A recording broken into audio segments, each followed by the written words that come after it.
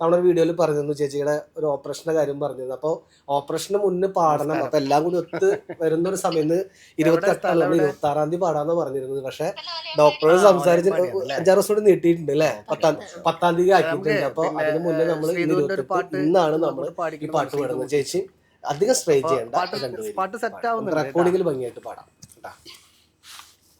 ശ്രീരാമനാമ ജപം കാതിൽ മുഴങ്ങിക്കേട്ടു, ശ്രീരാമനാമ ജപം കാതിൽ മുഴങ്ങിക്കേട്ടു, ശ്രീരാമഭക്തി തൻ ആരവം സാന്ദ്രമായി എങ്ങും ശ്രീരാമനാമം മാത്രം, ചൈതന്യദീപം മാത്രം. എൻ്റെ ഒരു കൂടപ്പുറത്തിനെ ഇപ്പോൾ ഞാൻ ചേർത്ത് വേറെ ഒന്നുമല്ല കേട്ടാ.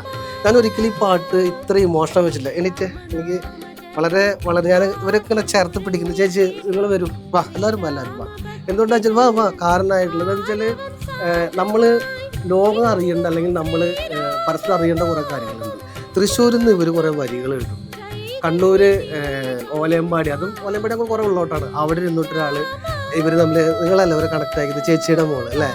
നിങ്ങളെങ്ങനെ കണക്ഷൻ? അപ്പോൾ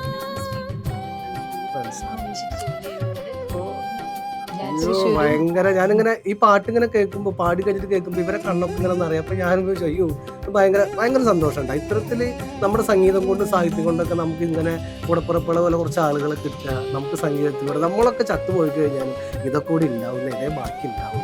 ഭയങ്കര സന്തോഷം.